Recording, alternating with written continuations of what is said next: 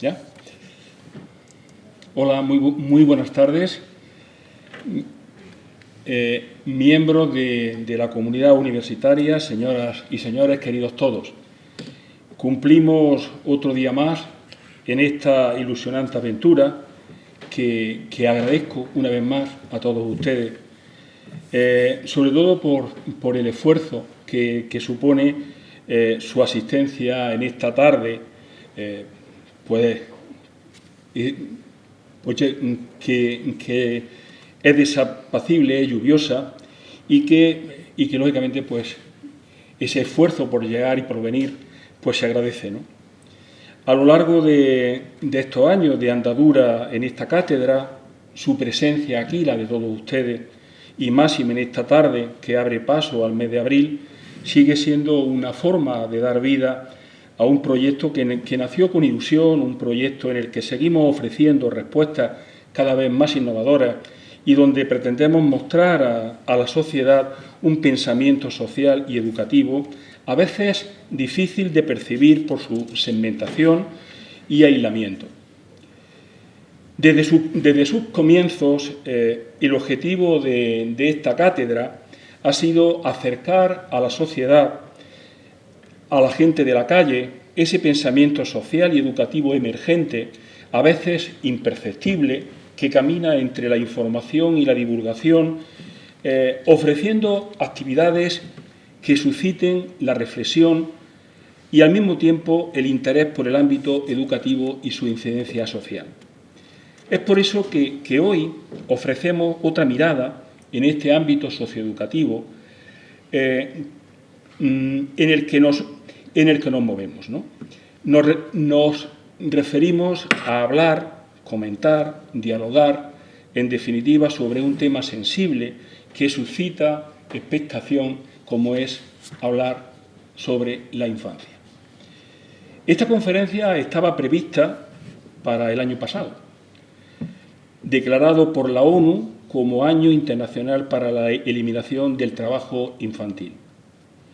A pesar de las dificultades que ha supuesto el COVID-19 a todos los países y sus sistemas educativos, esta Declaración de Naciones Unidas brindará la oportunidad de abordar los desafíos planteados por la COVID-19 y además de acelerar el progreso, ojalá, hacia el objetivo establecido por la meta 8.7 de la Agenda 2030 y Objetivos del Desarrollo Sostenible. Sobre todo, para poner fin al trabajo infantil en todas sus formas. Aunque se han hecho grandes progresos en la lucha contra el trabajo infantil, en los últimos años los avances han sido más lentos y desiguales. Hay que decir que a nivel global 152 millones de niñas y de niños están atrapados en el trabajo infantil en todo el mundo. Tan solo, y no es poca la cantidad, 2,5 millones en las economías más desarrolladas. Es por ello que es pertinente desde esta cátedra, desde esta atalaya, hablar, dedicar al menos una tarde a la infancia y sus derechos, en tiempos donde la infancia cobra cada vez más protagonismo. Por eso hemos querido desde esta atalaya que un especialista en educación y no en derecho nos hable sobre la relevancia que supone la ratificación casi universal de la Convención que refleja el compromiso del mundo con los principios que sustentan los derechos de la infancia. Los respectivos gobiernos están obligados a potenciar y promover políticas que pongan en práctica medidas en consonancia con el interés de niños y niñas y olvidar la imagen de una infancia robada. Es por ello que nos acompaña esta tarde el profesor Luis Miguel Lázaro, catedrático de Teoría e Historia de la Educación, especialista en Educación Comparada e Historia de la Educación, precisamente en el Departamento de Educación Comparada e Historia de la Educación de la Universidad de Valencia. Ha sido director del Servicio de Formación Permanente de la Universidad de Valencia, decano de la Facultad de Filosofía y Ciencias de la Educación de la misma universidad y director del Departamento de Educación Comparada e Historia de la Educación de la citada facultad. Ha sido Visiting Scholar en la Universidad de California, Los Ángeles, UCLA, y en la de Bangor, en el Reino Unido. Ha impartido cursos de doctorado, posgrado y desarrollo y desarrollado seminarios en el ámbito de la educación comparada internacional en las universidades públicas de España y América Latina, Bolivia, Brasil, Chile, Costa Rica, Honduras y Perú. Es autor de numerosos libros y artículos, es miembro del comité editorial y asesor de numerosas revistas y, además, ha sido presidente de la Sociedad Española de Educación Comparada y presidente de la Sociedad Iberoamericana de Educación Comparada. Es miembro del Consejo Ejecutivo de la World Council of Comparative Education Society y podría seguir todavía mucho más alargando su excelente currículum. Pero, sin más dilación, agradezco encarecidamente a Luis Miguel su gentileza de haber aceptado nuestra invitación y el esfuerzo que ha hecho dejando cosas muy personales por estar entre nosotros y acompañarnos esta tarde. Gracias, Luis Miguel. Muchas gracias a ti, muchas gracias a la Universidad de Granada, a la Cátedra de Educación y Sociedad por invitarme. Es complicado llegar hasta aquí desde Valencia, pero vamos, encantado de estar aquí y de ¿Se me oye? A ver, ¿ahora sí? Ahora ya sí. Decía que es complicado, pero estoy encantado de... Muchos años que no venía por Granada y estoy encantado de estar aquí con ustedes, compartiendo algunas reflexiones, algunas ideas sobre el ámbito genérico de la infancia y sus derechos.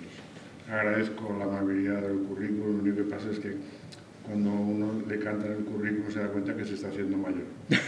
Pero bien, muchas gracias por la amabilidad y sobre todo por invitarme a estar con vosotros aquí.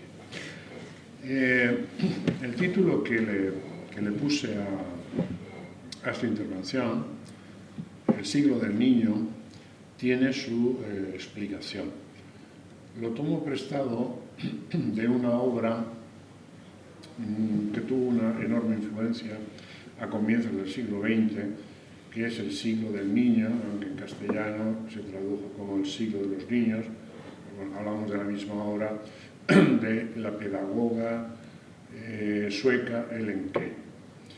Ella sostenía que el siglo XIX, tengo mis dudas de que eso se pueda sostener, decía que había sido el siglo de la mujer. Sí, el movimiento sufragista nace en el 19, pero yo tendría mis reparos. Pero en fin, ella decía que el 20 tenía que ser el siglo del niño.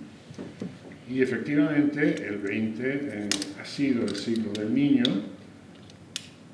Yo les voy a presentar a grandes trazos algunas de las declaraciones que han tenido voluntad de universalizar esos derechos, pero lo primero que pueden fijarse es que cuando alcanzamos esa convención que Antonio mencionaba, que es, supongo que bien saben, la Convención de Derechos del Niño del 89, que es el tratado internacional que más países del planeta, Naciones Unidas, ha ratificado. De hecho, solo hay un país del planeta, Naciones Unidas, que no ha ratificado la Convención de Derechos del Niño, pero de eso podemos hablar al final si alguien me pregunta.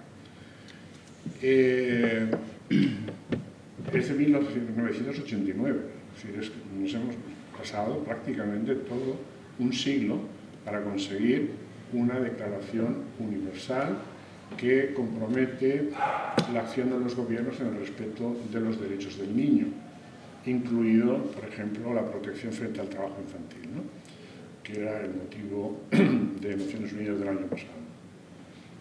Pero ha sido mucho tiempo y normalmente todo el mundo conoce o tiene oído hablar de al menos tres grandes declaraciones. Es la del 24, que tiene que ver con Save the Children, el Anti-Jeb, luego lo vamos a ver.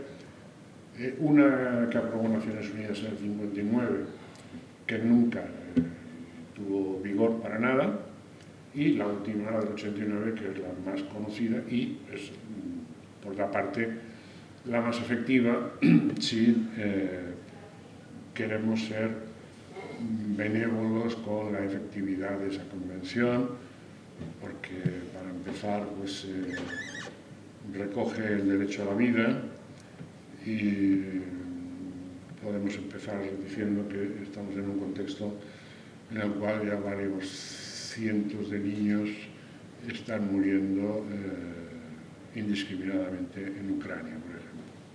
Pero podemos decir lo mismo de Siria, de Yemen, de Palestina, de muchos sitios más. Y eso es básico, el derecho a la vida. Bueno, pero además de esas, algunas otras vale la pena conocerlas. Generalmente no se conocen algunas porque ni se han traducido nunca al castellano, otras pues porque tienes la periferia, que es América Latina, y Save the Children, que es la de 24, tiene una mayor proyección porque pasa por ser la primera, pero yo explico luego por qué pasa por ser la primera. Entonces, hablamos de un largo siglo para conseguir ese siglo del niño que acabe reconociendo con un carácter universal esos derechos. Pero claro, hay que empezar por el principio. ¿Y dónde está el principio de esta preocupación por la infancia como una etapa específica, no una etapa de no adultez, no, una etapa específica? Obviamente nos hemos de ir a la sensibilidad del siglo XVIII con la Ilustración y con dos personajes clave en relación con la educación, que son John Locke y Jean-Jacques Rousseau, con su famoso Emilio. Esa primera reflexión sobre la especificidad de la educación en la infancia va acompañada, se produce en un contexto de caminar hacia la familia nuclear y donde la familia extensa habitual del antiguo régimen va perdiendo peso y el niño empieza a tener, o la niña tiene una centralidad de la que carecía antes. Al mismo tiempo, no podemos dejar de pensar que en ese momento histórico, a partir de la Revolución Francesa de 1789, las primeras convenciones que salen de ese contexto histórico empiezan por reconocer el derecho a la educación como un derecho humano. La Declaración de Derechos de los Ciudadanos reconoce ese derecho a la educación. Hay una clara preocupación por entender que los niños son poseedores de unos derechos que los adultos han de proteger. Ese es el enfoque inicial.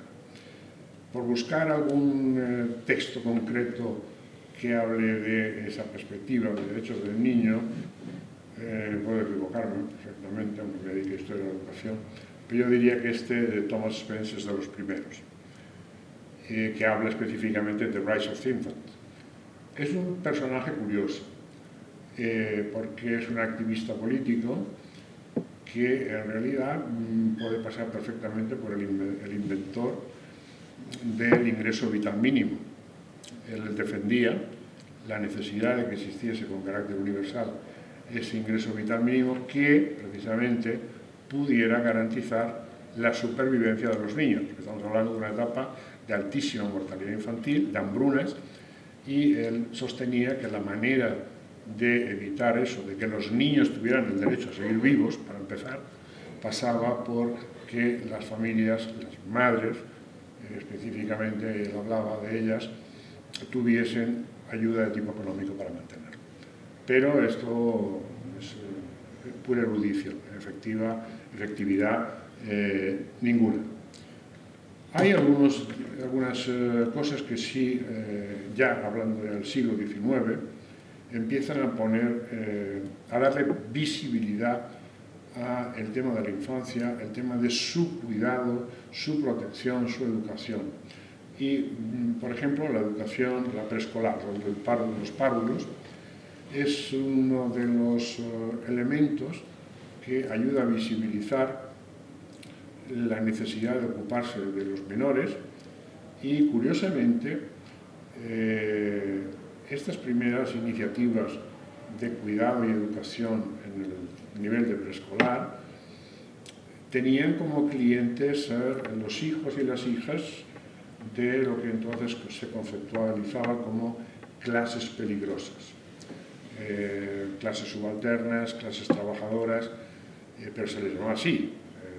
Los franceses y los ingleses hablan de clases peligrosas.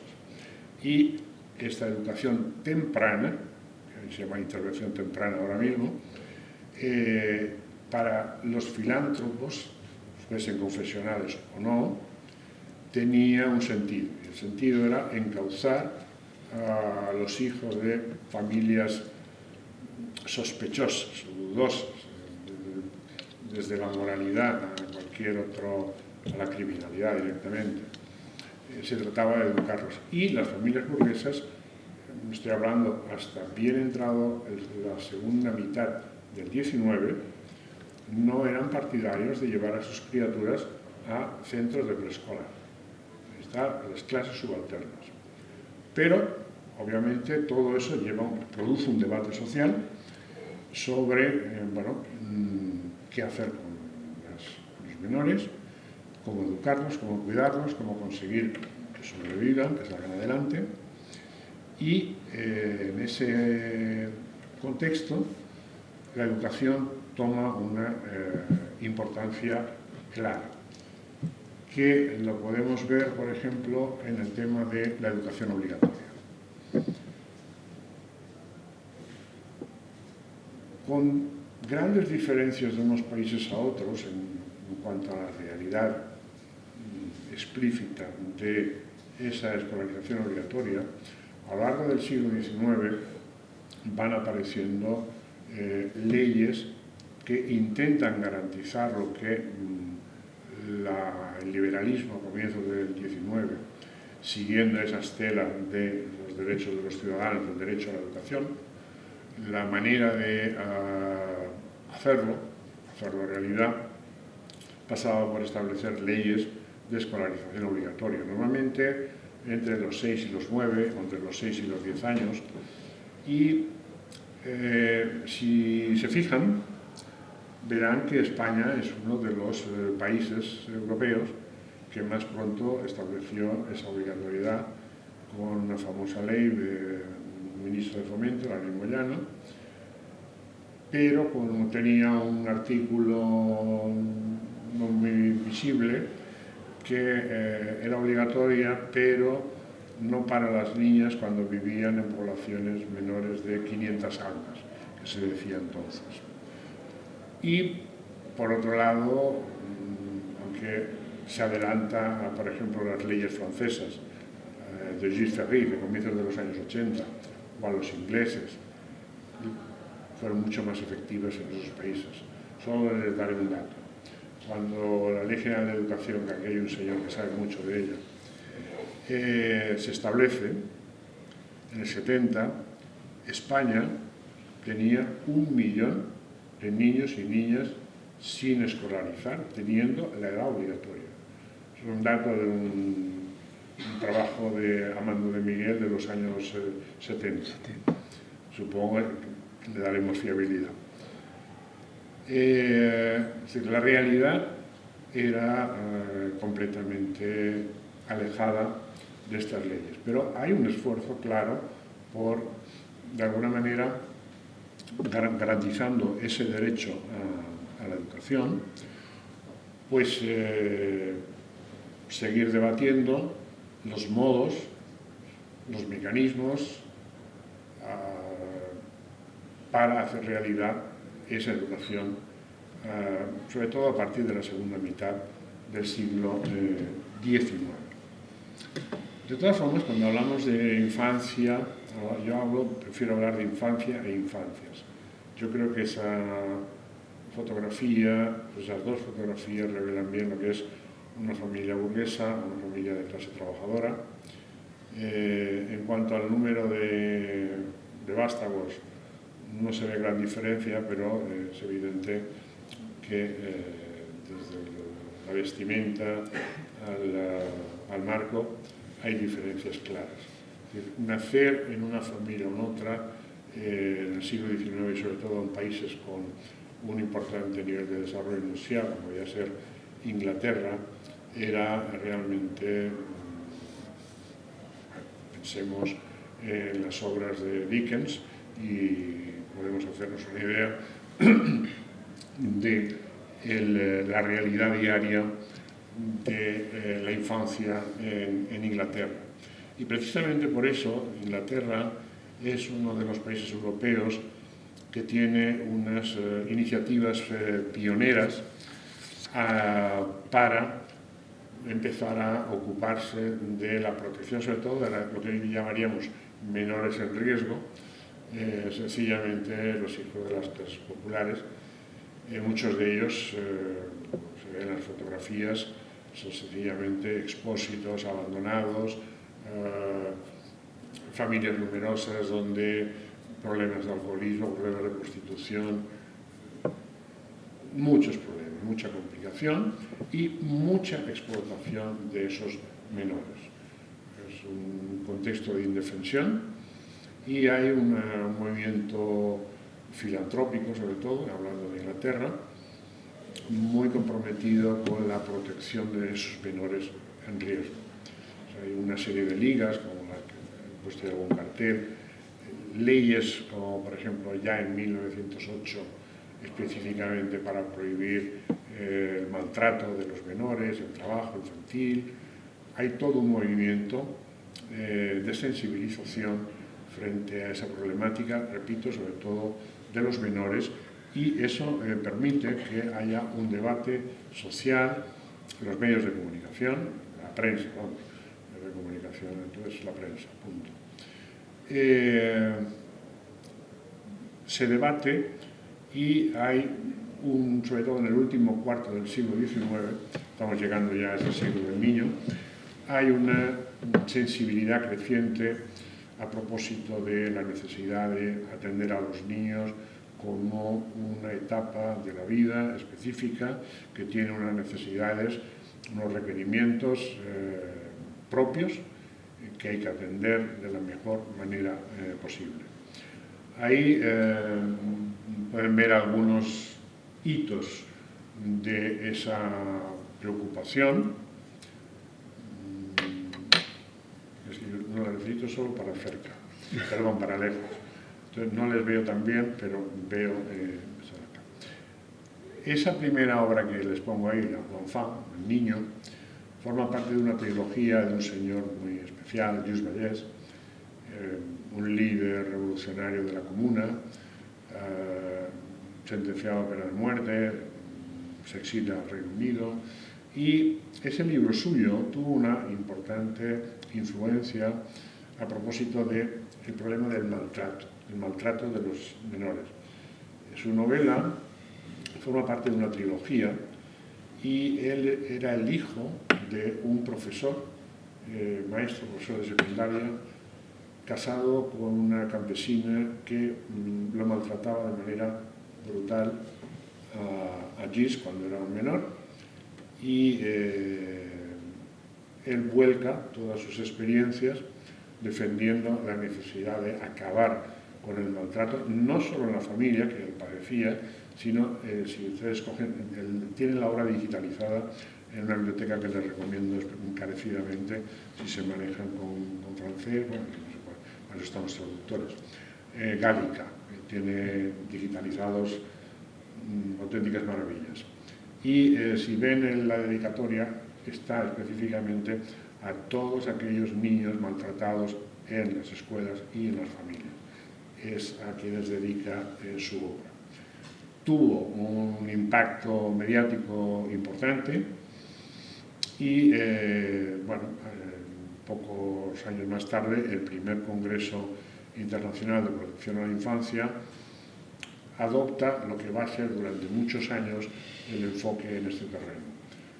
Por un lado, un enfoque higiénico-médico y por otro un enfoque jurídico, de protección de los menores o de readaptación de los jóvenes descarriados, entre comillas. Hay una obra, que es esta que tienen aquí, esta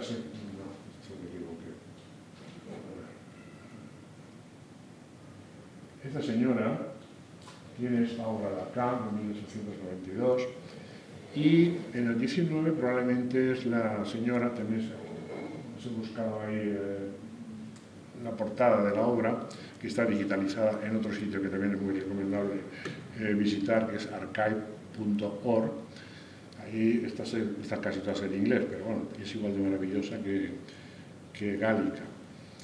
Y esa obra tiene un capítulo de derechos de los niños. Es, en este momento histórico, probablemente el texto que más claramente está hablando de la necesidad de que los niños tengan una atención específica. No mucho tiempo más tarde después, tiene lugar un hecho importante en relación con esta perspectiva jurídica de protección a la infancia, que son los tribunales de menores. En España se tardó no menos de 12, 15 años del siglo XX en tener los primeros tribunales. En Estados Unidos, y por eso lo he puesto, porque Jane Addams es una feminista muy conocida, muy importante en Estados Unidos, también en Europa, porque feminista y pacifista. O sea, cuando estalle la Primera Guerra Mundial tendrá un papel protagonista importante. Pero estas mujeres feministas, que eran sufragistas también, tuvieron un papel muy importante en ese movimiento por establecer tribunales específicos para los menores, con la perspectiva sobre todo de readaptación. Es decir, no ponerlos como era lo habitual en España todavía, a finales del XIX, los niños los ponían con los adultos en las cárceles. Ya se pueden ustedes imaginar qué cosas pasaban. Y claro, lo que defendían estos movimientos filantrópicos era la necesidad de que los niños tuviesen un sistema judicial específico. Y eso fue un avance importante, sin duda. Como lo fue también el libro con el que yo empezaba ese verano, que es el de esta señora que ven aquí, Helen Kay, escribió ese libro de El siglo del niño. Es una mujer realmente muy, muy interesante. Era feminista, pedagoga, anticapitalista y pacifista. Y encima, pues, durante toda su vida tuvo una especial preocupación. Es singular porque seguramente conocerán a otra gran pacifista austriaca, a von Schutter, que esta mujer ella decía que era pacifista y no quería mezclar con el enfoque feminista. Helen Kay no, perfectamente era feminista y pacifista, sin mayor problema. Y este libro, que tuvo, decía al principio, una influencia notable del siglo del niño, que también os he dicho antes que en el caso español se tradujo como el siglo de los niños. Esta mujer escribe el libro con la voluntad de que, defendiendo la importancia de una paternidad responsable, una maternidad responsable, y por lo tanto la concepción del hijo y el cuidado del hijo, de los hijos, desde antes del parto, pero también acompañándoles en el proceso educativo, y ella defendía la necesidad, sobre todo, de acabar con los métodos tradicionales de enseñanza en la escuela y optar por enfoques más renovadores. Es curioso, y por eso lo he puesto ahí, la edición en castellano de su obra se edita en Barcelona en 1907 y es anterior a las traducciones francesa, inglesa y alemana. Tuvo influencia entre nosotros, entre los grupos, digamos, más comprometidos políticamente como, bueno, políticamente entre comillas, los anarquistas, libertarios, sí era una obra conocida y circulada. Entre los reformadores preocupados por la infancia, por ejemplo, un doctor Tolo Sabatur o compañía, también. Pero no era tampoco una obra, digamos, de dominio común que todo el mundo controlaba y conocía. Pero bueno, tuvo una enorme importancia, influencia. Entrando ya en el 20, he puesto ahí alguna serie de hitos importantes sobre el avance en esa doble perspectiva, vuelvo a recuperar esa idea, de tanto el enfoque higiénico-médico como el enfoque jurídico. Por eso ahí en la conferencia de La Haya de Derecho Internacional Privado tuvo su importancia, porque aparece una figura que va a estar todavía en la Convención, que es el interés del niño. Cualquier decisión que tenga que ver con los menores, lo primero que hay que pensar es cuál es el interés superior, se llama ahora el interés del niño. Y eso aparece ahí a comienzos del siglo, en esa conferencia de Derecho Internacional en La Haya. Luego empiezan a aparecer ya congresos específicos sobre el ámbito de la educación. Ya en el 11, el primer congreso de tribunales de menores, y otro hito importante en la creación de la Asociación Internacional de Protección a la Infancia. Yo les he puesto aquí como primera convención que busca de alguna manera comprometer esos derechos del niño, esta que tienen ahí, que ustedes lo ven en los textos, sí, ¿no? Es claramente un enfoque higiénico-médico, es un congreso de higiene escolar. Fue un congreso importante.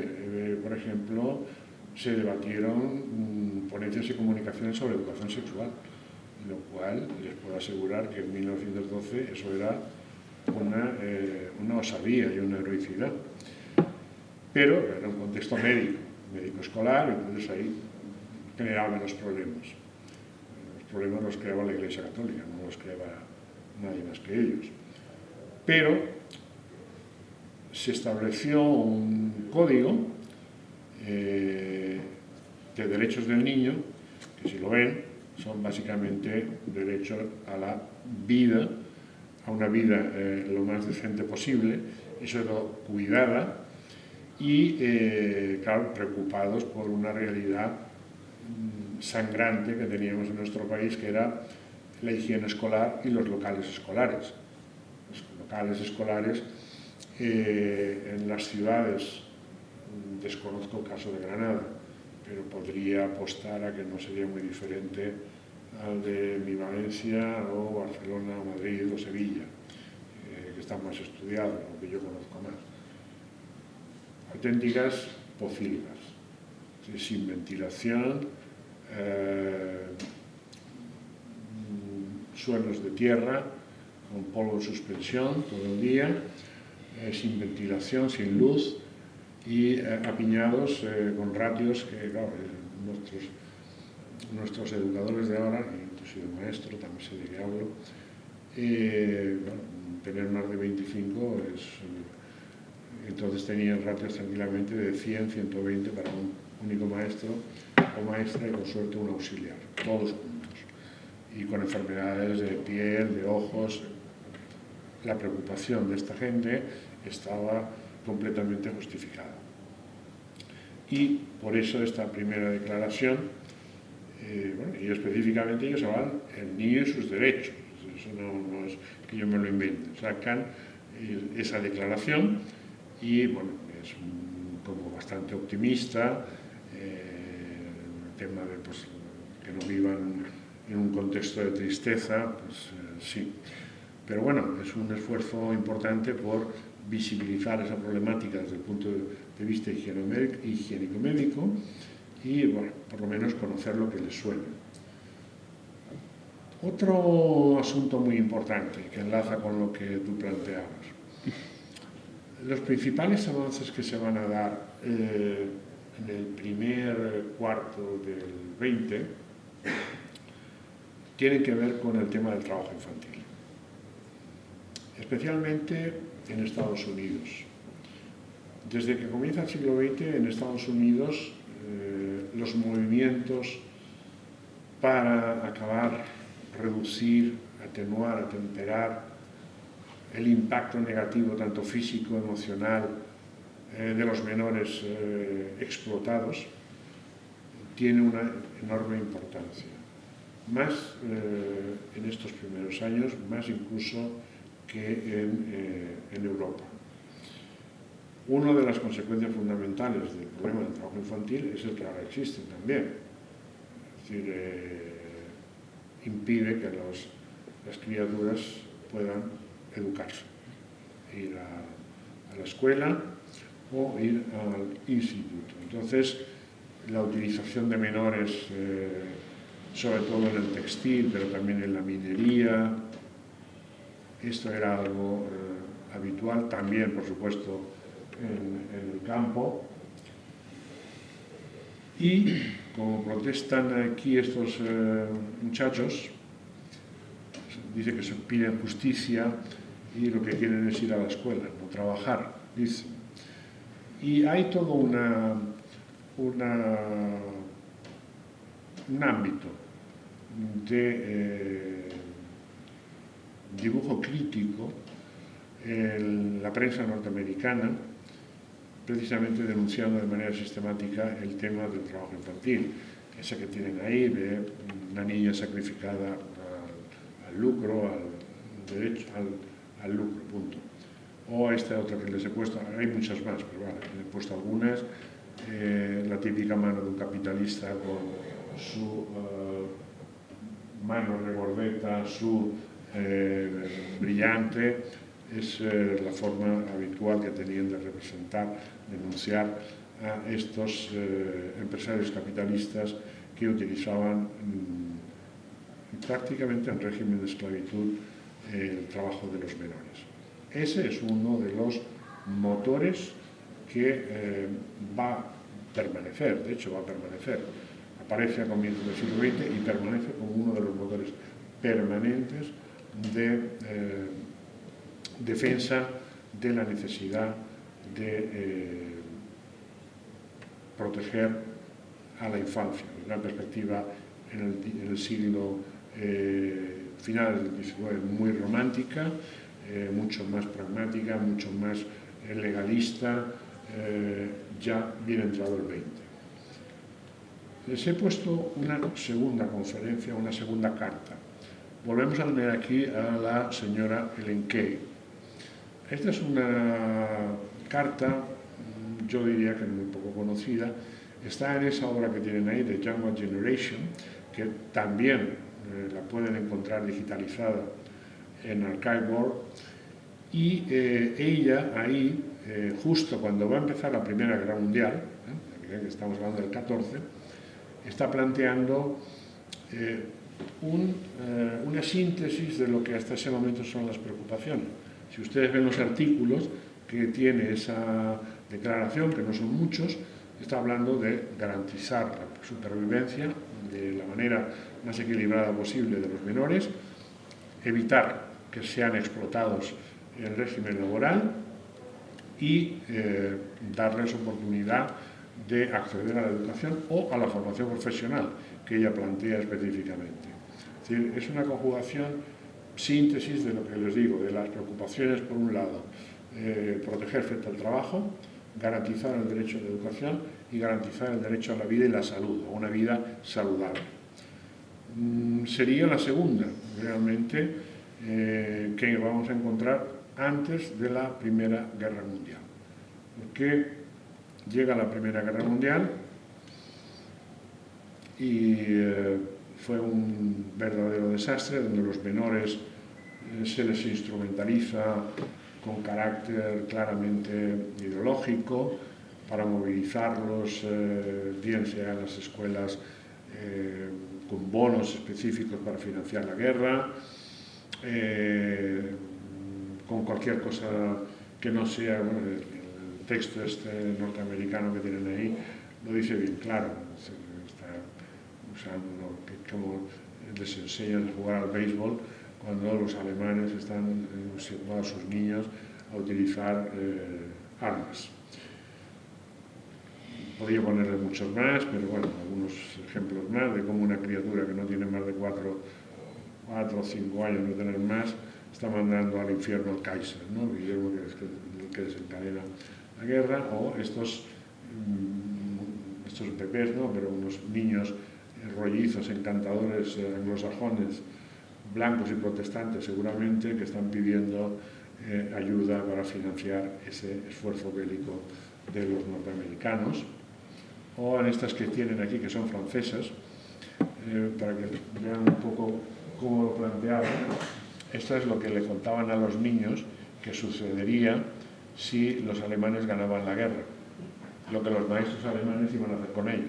Fíjense que lo pintan rubio, pelirrojo, y la barba también, para que se hiciera una idea de la brutalidad y la disciplina. Lo mismo que decían en la guerra, o sea, que tenían un comportamiento brutal, por supuesto, también con los maestros iba a pasar.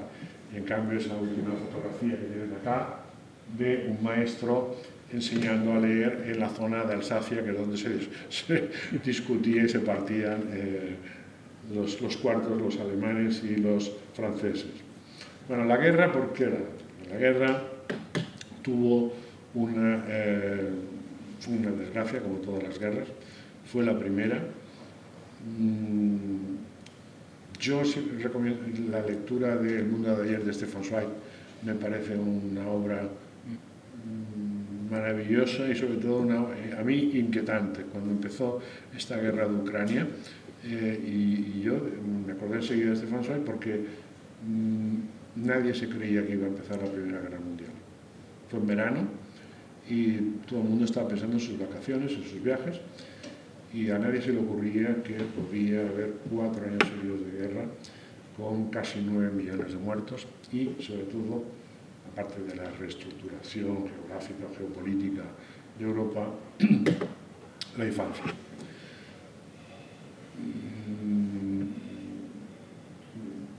Ahora mismo estamos con un problema de refugiados acuciantes, donde muchos son menores, y eso mismo pasó aquí. Un montón de huérfanos, de heridos, muchos de ellos, que traumatizados, sencillamente, se llaman ahora el estrés postraumático, de ver lo que habían visto, cómo mataban a sus padres, a sus hermanos, o violaban a sus madres o sus hermanas, y hablamos además de decenas de miles. Entonces, en ese contexto es donde vamos a encontrar un segundo vector fundamental para impulsar los derechos del niño, el compromiso con los derechos del niño, que es la protección de la infancia desvalida, fruto de esas guerras. Les he puesto algunas fotografías de, bueno, pues, las hambrunas, esa que es precisamente una campaña española, y, por supuesto, los refugiados, los niños refugiados menores, en Francia, en Bélgica, en Serbia. Lo mismo podemos hablar de Rusia, ya está trabajando Save the Children allí, o el Socorro Internacional de los Niños, que tiene una pata fundamental del trabajo de Save the Children. La guerra fue un verdadero desastre, como son todas las guerras. Y desde el punto de vista de la infancia y de los menores fue tremendo, porque es una de las guerras donde los civiles empezaron a ser objeto de ataques. Normalmente las cosas se ventilaban entre los militares, pero el ataque a poblaciones civiles, eso es algo que aparece con intensidad notable en la Primera Guerra Mundial. Y, lógicamente, de los civiles están los niños. La guerra no trajo ninguna cosa buena, pero al terminar la guerra se hacen una serie de iniciativas que vale la pena, por lo menos, nombrarlas, aunque sea rápidamente. Esta es muy importante, la primera que les he puesto, la de la OIT. La Organización Internacional del Trabajo que es la que se ocupa ahora de todo lo que tiene que ver con trabajo infantil, se crea al terminar la Primera Guerra Mundial con el Tratado de Versalles, en ese contexto donde se va a crear también la Sociedad de Naciones, que es el antecedente de Naciones Unidas actuales. Ellos toman una iniciativa, nada más constituirse, que es establecer el convenio de la edad mínima para el trabajo. Y establecieron como edad los 14 años. Eso significaba que ningún país que ratificara ese convenio podía permitir el trabajo a menores de 14 años. Solo lo permitía excepcionalmente cuando se producía dentro de la propia familia, pero ni en empresas privadas ni en empresas públicas. Eso significaba, por lo que pasó con la ley del 18 en el Reino Unido o la República Weimar, el resultado de la Primera Guerra Mundial en Alemania, que establecieron la escolarización obligatoria hasta los 14 años. Hasta ese momento, lo normal, ya se lo dije al principio, 6-10, 6-12, luego más tarde, pero a partir de aquí, precisamente por eso, porque se estableció una edad mínima que ningún gobierno tenía que permitir que trabajase y por lo tanto facilitaba la escolarización, que era, a fin de cuentas, uno de los objetivos. Eso pasa con la Revolución Rusa, pasa especialmente en países contendientes como Reino Unido con la Fisher Act, la ley esta del 18, y pasa con la República Weimar, que fue una desgracia porque sencillamente el Tratado de Versalles había atado de pies y manos a Alemania, pero no voy a seguir por ahí porque eso nos llevaría al nazismo y a la Segunda Guerra Mundial, a la que llegaré después. Entonces, una tercera, por lo menos que les sepa, en el contexto de la Revolución Rusa, tenemos aquí algunos, en esta imagen, bueno, lo habrán visto alguna vez, aquí sale Trotsky, pero en otras Trotsky lo borraron. No había Photoshop entonces, pero lo hicieron desaparecer de al lado de Lenin en la buena de las fotografías. Y en este contexto de la Revolución Rusa vendría la tercera convención, declaración. Esta la ha recuperado un especialista que se llama Lieber, un alemán. Yo tengo el texto y ustedes lo pueden tener también porque está digitalizado. Ahora supongo que sea un poco complicado entrar ahí. En la Biblioteca Nacional, el equivalente a la Biblioteca Nacional, los archivos nacionales rusos, está en San Petersburgo. Y ese folletito, que tiene unas poquitas páginas, está digitalizado en ruso, eso sí.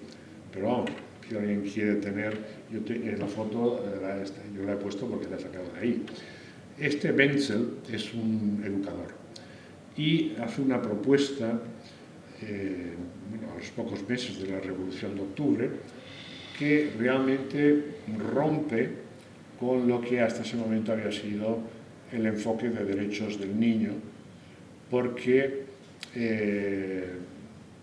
defiende, voy a ir directamente a algunos de los artículos, defiende una concepción de lo que deberían ser los derechos del niño como muy autónomos. Si se fijan en alguno de los artículos, llega a decir, o está planteando, como tiene 17 artículos esta convención, y él llega a decir que los niños deben tener derecho a cambiar de familia si les parece que el contexto en el que está familiar no es, y el Estado se lo tiene que asegurar o garantizar, y lo mismo le dice sobre la educación, es decir, no puede ser obligado, y que le dijeran eso a Naderna Krupskaya no tocaba. De hecho, fue una declaración que nunca se aprobó. Se discutió, pero nunca se aprobó. Desde mi punto de vista hay una razón muy importante que nos puede ayudar a entender, aparte de que era rompedora frente a lo que hasta ese momento se entendían como convenciones de derechos del niño. Hay un dato que yo creo que nos ayuda a entenderlo, y es que los líderes de la Revolución Rusa estaban preocupados sobre todo por el problema del analfabetismo, la educación de adultos, y el centro prioritario de sus intervenciones educativas tenía que ver más con los adultos que con los menores. Pero bueno, que sepan que hay una declaración rusa del 18, como hay esta otra de, seguramente lo conocerán, de Janusz Korczak, que es un médico polaco. Por la fecha de muerte lo pueden ver ustedes donde murió, en un campo de concentración. Él era médico, pero tenía una acción pedagógica importante con los niños más desamparados del gueto, en Varsovia, y hizo, en esas obras que yo les pongo ahí abajo, del 21 y luego más tarde del 29, que se conoce como esa Magna Carta Libertatis, donde él defiende lo que consideraba debían ser derechos del niño a tomar en consideración. No se desmarca demasiado de algunas previas y al menos que la conozcan, que sepan que existió, porque vamos a ir a la que resulta más conocida, que es la de esta mujer, la que impulsó a esta mujer, Eglantine Jebb, que es, junto con su hermana, la fundadora de Save the Children, que es una ONG que todavía sigue funcionando. Es una ONG que se crea precisamente ante el horror, el espanto de la infancia desvalida como consecuencia de la guerra. Y ella impulsa el trabajo con los menores en toda Europa, porque aquí hubo el sectarismo de la Primera Guerra Mundial, llega a ser de verdad increíble cuando uno lo ve con los ojos actuales, ¿no? En algún trabajo que yo he tenido que hacer de historia de educación valenciana con un gobierno municipal republicano, discutir de si se daba o no se daba subvenciones para alimentar a niños alemanes y turcos. Eran el bando perdedor y se negaban. Estamos hablando de menores, ¿no? y de alimentarlos para que no se mueran. Bueno, el sectarismo de esta primera guerra, de todas las guerras, pero de esta primera fue realmente importante. Entonces, desde Save the Children, ellos aprueban en el año 1923 esa Declaración de los Derechos del Niño, que ¿por qué va a ser tan importante y por qué es la más conocida? Pues porque la Sociedad de Naciones, que se había creado en 1919 al terminar la Primera Guerra Mundial con el Tratado de Versalles, la aprobó sin modificar. Los 5 puntos, que son esos que tienen ahí, sin ningún tipo de modificación los aprobó la Sociedad de Naciones. No tenía ningún carácter vinculante, pero se aprobaron el 24 y en 1934, 10 años después, volvieron a aprobarse, pero también sin carácter vinculante. Si se fijan, volvemos a encontrar los mismos principios: alimentar, mantenerlos vivos, lo más higiénico y saludablemente posible, evitar la explotación, es decir, el trabajo infantil, y la educación. Encontramos unos principios: respetar la vida, no al trabajo infantil, y educación y crecer, bueno, pues, en el mejor clima posible. La Sociedad de Naciones desde 1924 toma un papel protagonista en lo que es la protección de la infancia. Se ocupa, por ejemplo, de los temas de trata, la trata de blancas, o sea, porque normalmente eran mujeres y niños, siempre va asociado en todos los posicionamientos de la Sociedad de Naciones. Lo más importante del trabajo de la Sociedad de Naciones es que deja bien claro que ya no son los gobiernos nacionales los únicos responsables de garantizar los derechos del niño. Es decir, hay un marco internacional que los garantiza, y se hace a través de esta Sociedad de Naciones. Me parece que voy a tener que ir acelerando un poco. Otra más, que esta es menos conocida todavía. ¿Por qué? Porque estamos hablando de una declaración latinoamericana, muy conocida ya, pero aquí en Europa menos. Esta es una declaración interesante porque está hecha por educadores. Y lo que más, pero educadores comprometidos con la renovación pedagógica, con la escuela nueva. Entonces ellos defienden una educación activa, por descubrimiento, educación sexual y sobre todo una cuestión muy importante, la responsabilidad del Estado para garantizar la igualdad de oportunidades. Eso aparece claramente especificado en esta de 1928. Debo explicarles por qué esta. Pues esta porque es la más conocida, pero conviene que sepan que la poeta chilena Gabriela Mistral, Premio Nobel de Literatura de 1945, escribió en 1927 un artículo en París donde plantea una especie de carta de derechos del niño, no tuvo mayor trascendencia, pero ella tal. Y quiero que sepan también que en América Latina el tema de la protección de los derechos del niño a través de las redes panamericanas tenía una enorme importancia y preocupación, sobre todo desde el punto de vista médico.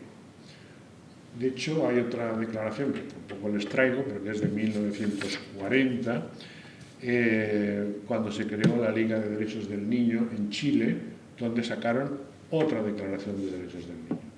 Había en América Latina mucha más sensibilidad frente a la necesidad de los niños con derechos que lo había en Europa, era mucho más.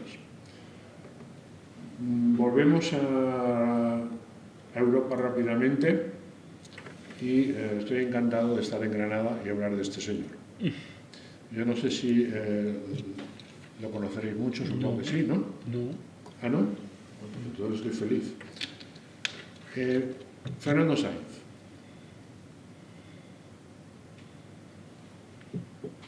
El señor es el responsable de hacer una Carta de los Derechos del Niño justo al año siguiente de esta de Buenos Aires, de la Declaración de Maestros, a la cual hace referencia. Es el grupo de la Escuela Nueva, es decir, los renovadores, pero este señor era inspector de primera enseñanza en Granada, depurado con la dictadura de Primo de Rivera en 1927, porque se negó a que los niños de las escuelas públicas salieran a la calle a recibir al señor arzobispo. Se le depuró y se le dio de baja en el escalafón. Caray. Llega la República, él era socialista, todavía no lo he dicho, pero ya lo digo. Fue elegido diputado por el Partido Socialista en las Cortes Constituyentes del 31. Y con el ministro socialista en el primer bienio, Fernando de los Ríos, fue el inspector general de primera enseñanza. Murió en el exilio en 1957, según donde lo miras, en un sitio pone 57, en otro 59. Él se había exiliado a la República Dominicana, inicialmente, justo acabando la guerra, y estaba de visita en Estados Unidos y murió en Estados Unidos. Pero él yo creo que es un señor poco conocido, y sobre todo desde la perspectiva de los derechos del niño, pero tiene ese libro, todavía se puede comprar en Todo Colección o en sitios así.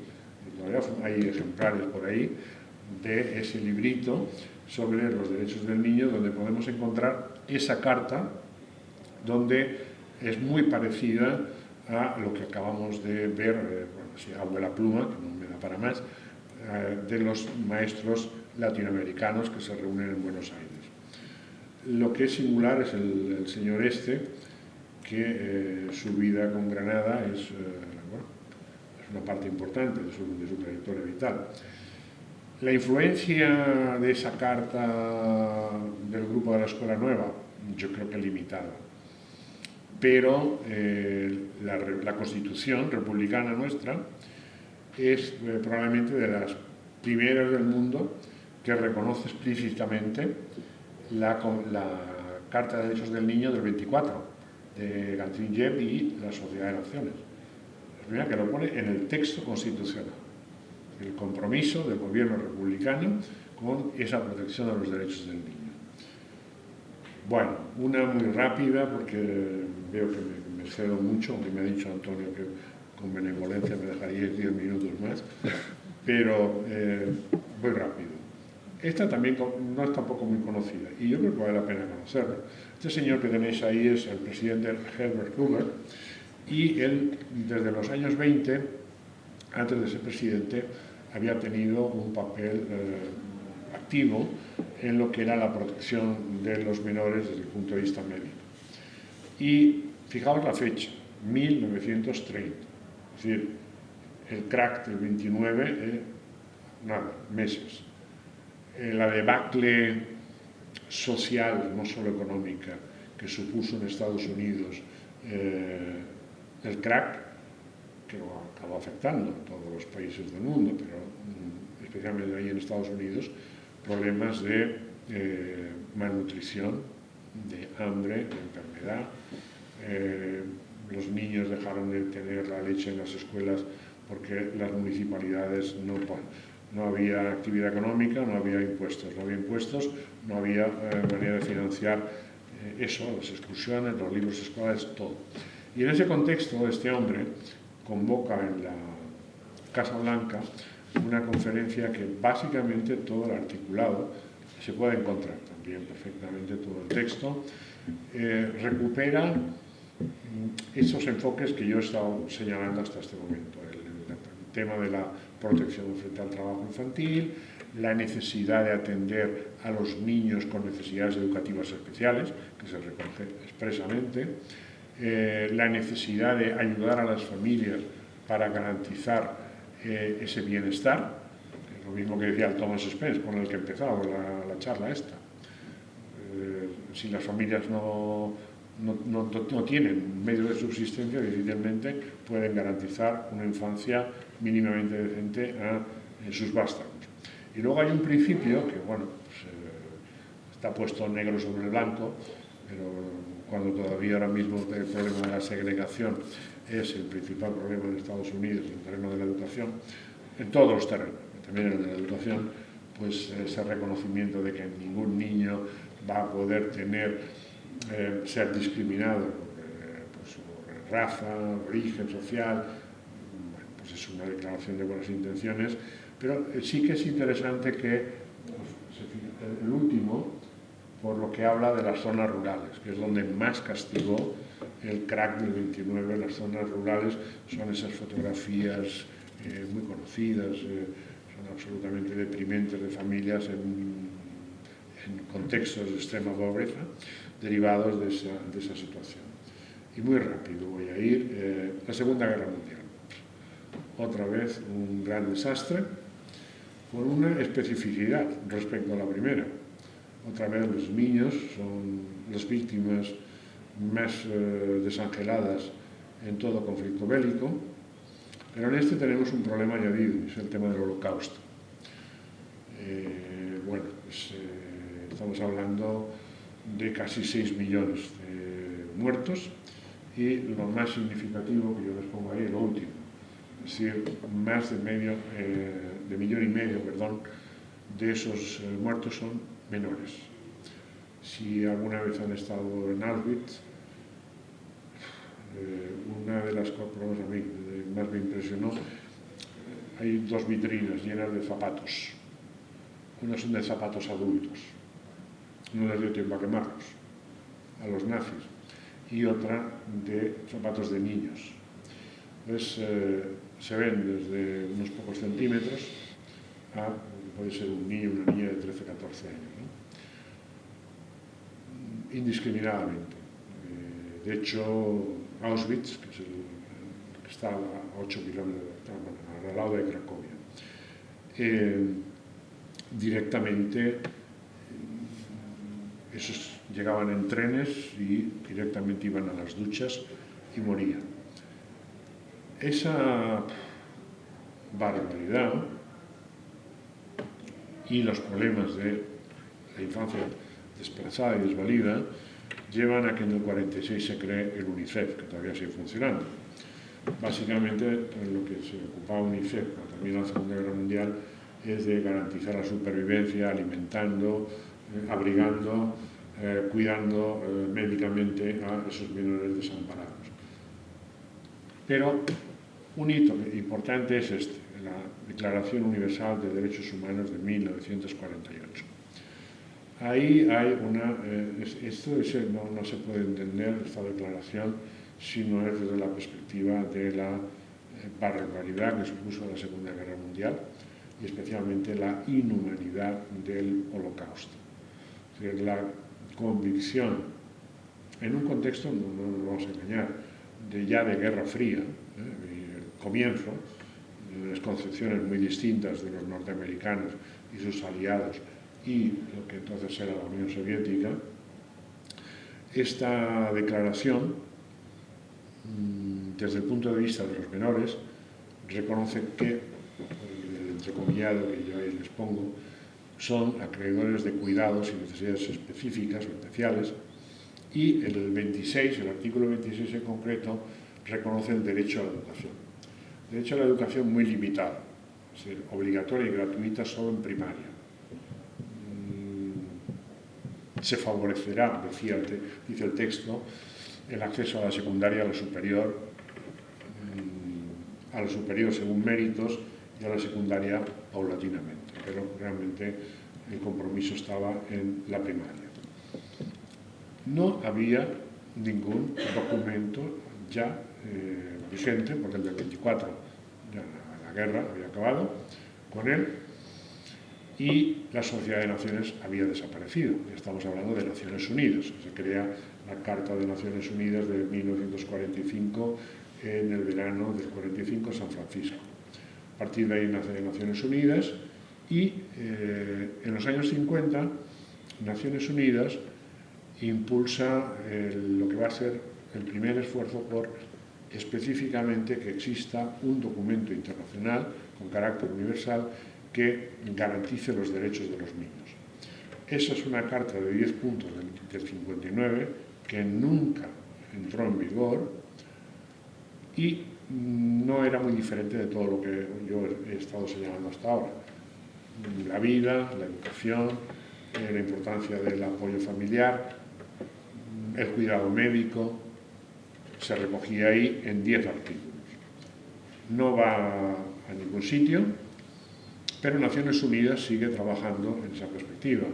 Es muy importante el Año Internacional del Niño, en el año 79, y como a partir de ese año hay una serie de países impulsados precisamente por Polonia que empiezan a defender la necesidad de que los niños cuenten con un tratado internacional específico que garantice sus derechos.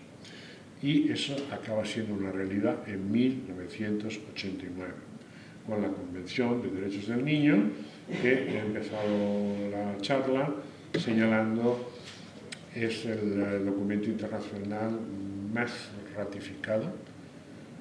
El más traducido es la Declaración Universal de Derechos Humanos, pero el más ratificado es este, dentro del marco de Naciones Unidas.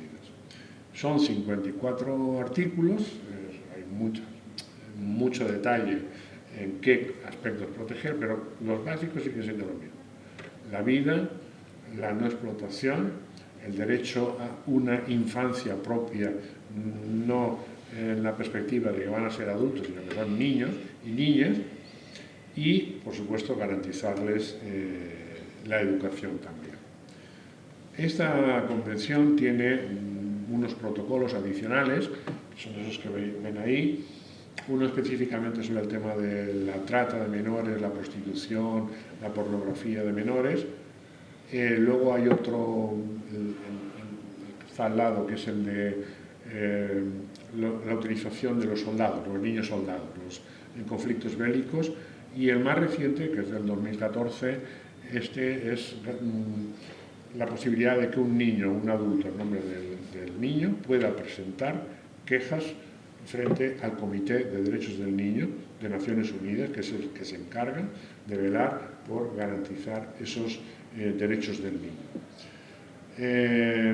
Es el que está vigente, es el que lo ha ratificado, pero no quiero terminar sin tú has empezado hablando del tema del trabajo infantil. En ese mapa de derechos del niño por colores, yo creo que es bastante claro qué es lo que pasa. Los verdes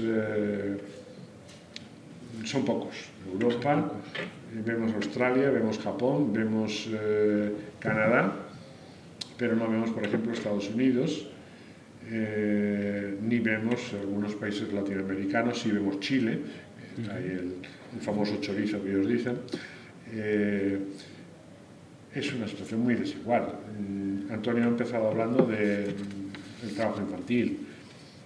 Él hablaba de 152, mi cifra es de 160, pero a mis alumnos siempre les digo lo mismo con eso de las cifras. Hay un dicho atribuido a Mark Twain, que parece que no era él el que lo es, pero todo el mundo dice que es de Mark Twain. Pero tiene su miga, porque él decía que había 3 clases de mentiras: las mentiras, las grandes mentiras y las estadísticas. Bueno, pues eso vale también para esa otra cifra que yo les pongo ahí, la desescolarización, porque los 2 grandes problemas que podemos encontrar ahora mismo en relación con los derechos del niño son el tema del trabajo infantil y el tema de la desescolarización. Los objetivos de desarrollo sostenible, precisamente, si tienen alguna virtud, es la voluntad de recuperar esos más de 200 millones de niños y niñas que no tienen ninguna oportunidad de escolarizarse y que la COVID-19 todavía ha agravado más. Es decir, sobre todo la región latinoamericana, saben ustedes que es la región del planeta que más días ha tenido cerradas las escuelas, casi un año entero. Entonces, el impacto que eso está teniendo en los grupos sociales menos favorecidos, de manera especial, es tremendo. Ese problema de la desescolarización, y de verdad estoy acabando, Antonio, se centra fundamentalmente en 2 grandes regiones del planeta. África subsahariana, todo lo que es el África negra, todo lo que queda por debajo del desierto del Sahel, y el sudeste asiático, que a su vez concentran los problemas de trabajo infantil. No es casual, porque el sudeste asiático, igual que África, la diferencia fundamental es que los niños africanos trabajan con la familia y trabajan en el campo. En el sudeste asiático también hay, pero sobre todo trabajan en manufacturas. Es un régimen... Vamos a ver, yo cuando lo explico esto, lo debatimos, es que es mejor. Hombre, vamos a ver, es igual de alienante puede ser el trabajo en régimen de explotación, aunque sea familiar, pero no es exactamente lo mismo. UNICEF también entiende, o la OIT, que no es lo mismo, pero el trabajo es el mismo. Es trabajo infantil, en África más en familia y en el campo, y justo lo que digo, concentran los problemas de desescolarización, tanto África subsahariana y especialmente, por supuesto, a las niñas, que son todavía en las regiones del planeta menos favorecidas las paganas de todos los problemas de falta de acceso a la educación. Y, terminando, de todas esas criaturas desescolarizadas, una buena parte de ellas viven en territorios en conflicto. Podemos hablar de Siria, podemos hablar de Yemen, podemos hablar de Palestina, podemos hablar ahora, por supuesto, de Ucrania. En América Latina, en Colombia se cerró, pero tampoco hace tantos años que se cerró ese problema. Y es uno de los obstáculos, más allá del problema de los niños soldados, es uno de los obstáculos para esa escolarización. De hecho, estamos hablando de 93 millones de los 263. Es un porcentaje altísimo. Me gustaría acabar con esa frase de Galeano que me parece breve. Los derechos están para incumplirse, no, están para intentar que se cumplan. ¿Se cumplen? No se cumplen. Yo siempre sostengo que si no estuviesen escritos negro sobre blanco, estos y los derechos humanos no se pueden reclamar. Lo que no es visible, no hay posibilidad de exigir y reclamar que se siga cumpliendo. El problema es la universalización. Es decir, universalizar derechos con contextos y culturas muy diferentes, especialmente en el caso de los derechos humanos, es complicado. Y por eso algún autor como Moin, norteamericano, dice que la última utopía que tenemos ahora mismo es la utopía de los derechos humanos. Conseguir avances importantes en los derechos humanos con carácter universal, como por ejemplo el derecho a la educación de las mujeres. Son ustedes perfectamente conocedores de qué está pasando ahora en Afganistán. Los talibanes habían prometido que iban a garantizar la posibilidad de que las niñas fueran otra vez a las escuelas y no las han vuelto a abrir. No las han vuelto a abrir y seguramente no las abrirán. Es decir, en determinadas regiones del planeta, esa garantía de derechos básicos como el derecho a la vida, el derecho a no ser explotado, el régimen de casi de esclavitud y el derecho a la educación son todavía tareas pendientes, claramente. Así es que, por mi parte, sería todo. Y si alguien quiere preguntar, perfecto. Pues muchas gracias, don Miguel. Fantástico. Gracias.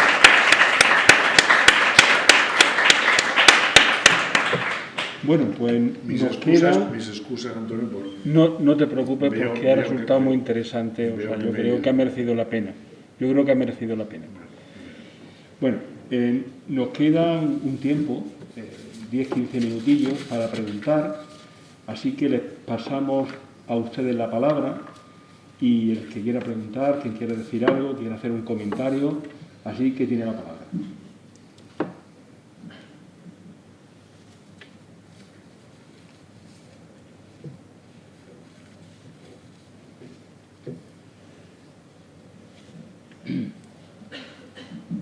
Bueno, uy, se escucha muy fuerte. Que muchas gracias y quería hacer una pregunta. Ya que estamos hablando al final de utopías, ¿piensas también que los objetivos del 30 son utopías? ¿Perdón? Los objetivos del 30 de los ODS. Sin duda, en buena medida, los objetivos de desarrollo sostenible, para empezar, hay que tener en consideración que esto son la continuación de los objetivos de desarrollo del milenio del año 2000 que Naciones Unidas aprobó con el horizonte del 2015. Eran menos, ahora son 17, eran 8. Y buena parte de los objetivos que en 2015 no se cumplieron siguen vigentes. Es decir, acabar con la pobreza, acabar con el hambre, con las enfermedades, garantizar la educación, siguen siendo objetivos en muchos países del planeta absolutamente utópicos. Pero lo de Galeano, vuelvo a coger a él, si no se plantearan, yo no quiero ver en eso un ejercicio cínico de los gobiernos por comprometerse, aunque sea públicamente, con esos objetivos, porque claro, los primeros objetivos en relación con la educación en concreto son los del Programa de Educación para Todos de 1990. Hay un dato que es muy significativo. En 1990 se marcaron como objetivo acabar con el analfabetismo, acabar con la brecha de género en educación, acabar con la desescolarización. En el año 2000, 10 años. Llegó el año 2000 y obviamente en muchísimos países del planeta eso no se había conseguido. Entonces aquí fueron un poco más precavidos y dijeron, bueno, 2015, ya no son 10 años, son 15. Coincidió en la fecha, eso fue la Cumbre Mundial de Senegal, Educación para Todos, con la Declaración de Derechos del Milenio de Naciones Unidas también de ese año. Y ya se marca 15. Y no se ha cambiado. Los Objetivos de Desarrollo Sostenible son también un horizonte de 3 lustros. 3 lustros parece que es mucho más que 15. Es lo mismo. Y podemos apostar a que cuando llegue 2030 muchos países del planeta, por ejemplo, la brecha de género, la posibilidad de acceso a la educación. Acabo de hablar de Afganistán, podemos extenderlo a otros bastantes países. O el analfabetismo. Por favor, el analfabetismo es, al menos desde mi punto de vista, es uno de los principales problemas en el terreno del derecho a la educación, porque desde que en 1990 se empieza a fijar como objetivo el reducir el analfabetismo, ahí estábamos hablando con una población de unos 2.000 millones menos de habitantes de los que tenemos ahora, que ahora, si no lo saben, estamos largamente de los 7.400, y ahora mismo tenemos 800 millones de analfabetos. Vuelvo a lo que dije antes de las estadísticas, ¿vale? Pero los registros que manejan las administraciones públicas, que le pasan los datos a UNESCO, hablan de en torno a unos 800 millones. Eso significa que desde el 90, en 30 años, apenas se ha reducido el analfabetismo, apenas. Y cuando se hizo en 2015 la evaluación de qué había pasado con el programa de Educación para Todos, justo el programa de alfabetismo era el más sangrante, era que era evidente que no había habido grandes cambios. ¿Por qué? Pues desde mi punto de vista tengo una explicación bastante sencilla. La única manera de acabar con el analfabetismo es con una estrategia bifronte, es decir, garantizando la escolarización de los menores para que cuando lleguen a los 15 estén alfabetizados y, por supuesto, en paralelo, una estrategia de educación de adultos. Si no funcionan al unísono, no funcionan. Y el ejemplo es Cuba. Cuba es, cuando llegó 2015, el único país de América Latina que había cumplido todos los 6 objetivos del programa de Educación para Todos. El único. Y en el terreno del analfabetismo, por eso. ¿Por qué? Porque desde que llegaron los barbudos y empezaron a mandar al campo a los universitarios y a los letrados para que alfabetizaran, en paralelo había un impulso a la educación, a la escuela pública. El ejemplo de lo que ocurre cuando eso no pasa, Nicaragua. Nicaragua, en los años 80, cuando se acaba con la dictadura de Somoza, los cubanos desarrollan todo un programa de alfabetización masiva que funcionó muy bien. Problema. Luego vino la contra y la guerra civil, los problemas, luego otra vez la pobreza. Se había reducido de una manera drástica el analfabetismo, pero al mismo tiempo no se había trabajado en impulsar la educación obligatoria, gratuita, pública, de una mínima calidad, y volvieron a crecer los índices de analfabetismo. Y es lo que pasa en buena parte del mundo. Entonces, desde ese punto de vista, lo que usted dice, claro, en muchos países es pura utopía. A mí lo que más me llama la atención, y yo llevo ya casi 40 años en la universidad, y he visto de todo. Y he visto cómo estos programas van naciendo y van cambiando, y una de las cosas que más me llama a mí la atención es cómo estos objetivos de desarrollo sostenible han alcanzado un nivel de visibilidad que jamás ha tenido ningún otro programa. Y ahora las empresas se pelean por apoyar y respaldar estos objetivos de desarrollo sostenible, porque es economía social, la imagen social, que entonces veo mucho teatro mucha gente que sinceramente comprometida por trabajar en esa perspectiva, pero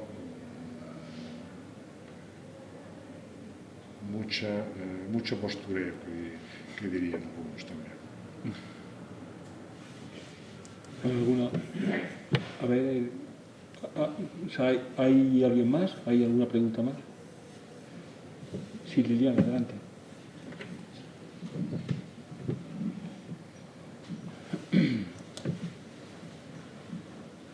Hola, pues en primer lugar muchísimas gracias por la conferencia y un tema muy interesante, y también muchísimas gracias por la organización. Ofrece una lectura de la realidad muy necesaria.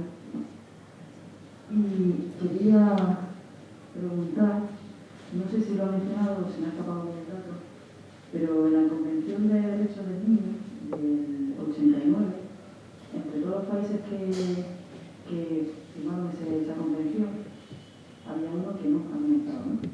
Tengo entendido que es Estados Unidos. ¿Cuáles son los motivos? Le agradezco mucho cada pregunta porque me da pie a que saque el tema. Vamos a ver.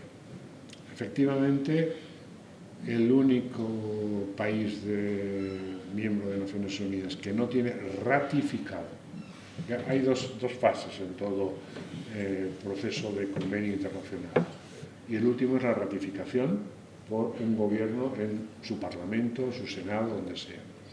Y Estados Unidos no la tiene ratificada. Las razones, mira, hasta hace unos 5, bueno, voy a decir a Diego, más 2 a lo mejor seguramente de la pandemia, que me descuento, había 2 países, Somalia, que es un no estado para los expertos en geopolítica, y Estados Unidos. Somalia firmó, impulsado, apoyado por UNESCO, UNICEF, las ONG. Es un país que no existe, son bandas de armadas disputándose y controlándose territorios. Bueno, ratificó. ¿Por qué Estados Unidos no? Vamos, Obama lo ha intentado en su mandato y nunca acaba de cuajar. Yo, cuando me preguntan, siempre provoco que me pregunten. Tengo mis explicaciones. A ver, Estados Unidos permite cosas que la Convención dice que no se pueden permitir. Como por ejemplo, no lo he dicho, pero lo digo ahora, el concepto de menor en la Convención es todo menor de 18 años. Y algunas actividades de tipo militar están permitidas a menores de 18 años en Estados Unidos. Yo creo que ese sería el menor. Para mí hay 2 más importantes. Uno es que todavía en Estados Unidos hay al menos 7 u 8 estados, la última vez que lo miré, que permiten el castigo físico de los menores en los centros escolares y en las familias.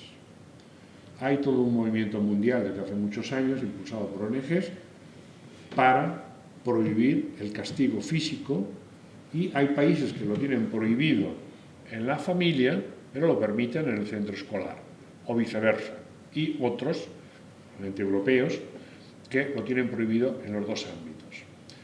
En el caso norteamericano, hay, ya digo, 6 o 7 estados, es fácil de buscar en internet y encontrarlos, donde se sigue practicando el castigo físico de los escolares, el tradicional, el de la regla palmeta, la correa, ese tipo de castigo físico, que además, hay estudios que lo muestran, lo padecen especialmente los afroamericanos y los latinos, casualmente. Desde mi punto de vista, eso es un incumplimiento grave de lo que la Convención dice a propósito de eso, del tratamiento digno de los menores. Y luego hay otro igualmente importante, y es el matrimonio infantil. En Estados Unidos hay también alrededor de media docena de estados que permiten el matrimonio con menores. La mayoría no lo permiten. Entonces, que normalmente el matrimonio con menores suele ser con niñas menores, no con niños, pero también algunos, y suele ser practicado por cualquiera de las muchísimas variables protestantes de todo tipo que hay en Estados Unidos. Y lo que suelen hacer es, viven en un estado donde está prohibido, se desplazan con el menor al estado donde está permitido, se casan, tienen la certificación y se vuelven a su estado. Entonces, y todo el mundo lo sabe y se permite. Y evidentemente el problema del matrimonio infantil es uno de los graves problemas desde el punto de vista de la Convención de Derechos del Niño, que todavía persiste en países como Yemen, por ejemplo. Eso es un grave problema, está en camino de solucionar, ¿vale? En África, en el norte, en Marruecos, en determinadas zonas rurales, eso sigue siendo una práctica habitual. Entonces es un problema. Y en Estados Unidos no hay ningún problema en algunos estados porque está permitido. Entonces, yo creo que simplemente por esas dos razones ya puede uno empezar a entender, yo no digo que sean las únicas explicaciones, pero puede uno empezar a entender que, vamos a ver, hay intereses electorales en esos estados y se lleva, pero los senadores o los congresistas responden frente a sus votantes, van a pedir que se prohíba prácticas que son completamente naturales, entre comillas, sus estados. Pues obviamente no. Resultado, cada vez que se ha intentado esa ratificación, y además es que a uno le cuesta dinero, estamos hablando de Estados Unidos, así. No creo que con Biden se ratifique tampoco. Es tal la cantidad de intereses cruzados que hay ahí que va a seguir siendo algo absolutamente marciano, que una de las que se busca o se pretende primeras potencias mundiales en todo tenga sin ratificar la Convención de Derechos del Niño. Pero bueno, Estados Unidos es que es un país complejo, enormemente diferente. El oeste, o sea, el oeste en California, no tiene nada que ver con Missouri o con Illinois. Depende del tejido social, depende del equilibrio racial y depende de tradiciones históricas. En determinados estados cambiar determinadas cosas es muy complicado. Ahora mismo nosotros tenemos aquí el PIN parental, pero ellos ahora mismo tienen una batalla pero tremenda entre progresistas y conservadores a propósito de la CT, lo que llaman la enseñanza crítica de la raza, el problema racial.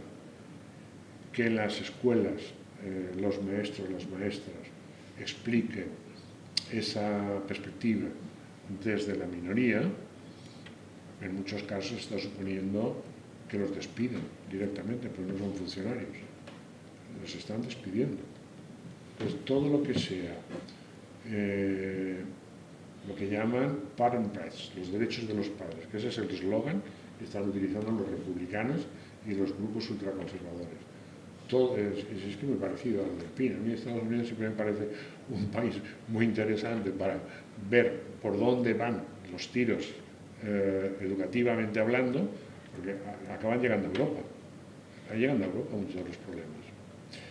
Y ahora mismo, estoy diciendo ahora, ese es uno de los, la posibilidad de, desde una perspectiva crítica, enseñar a los escolares de secundaria, sobre todo la high school, determinados temas, con un enfoque, pues eso, que contempla lo que es el problema racial. ¿Por qué hay una segregación todavía ahora que es uno de sus principales problemas? Pues eso, tabú. Y depende de los estados, que es algo que iba. En algunos es un problema más agudo y en otros, como California, pues por ejemplo, no es tanto. Si me apuráis, el estado de Nueva York. Es un país complejo y desde ese punto de vista, pues a lo mejor ayuda a entender el porqué de esa excepcionalidad en relación con la Convención de Derechos del Niño. Pero repito, para nada creo que lo que yo digo sea lo razonable y no haya otros posibles argumentos. Bueno, pues es la hora. Así que muchísimas gracias por vuestra asistencia. Un placer como siempre. y quedamos emplazados para otra próxima conferencia. Así que muchísimas gracias.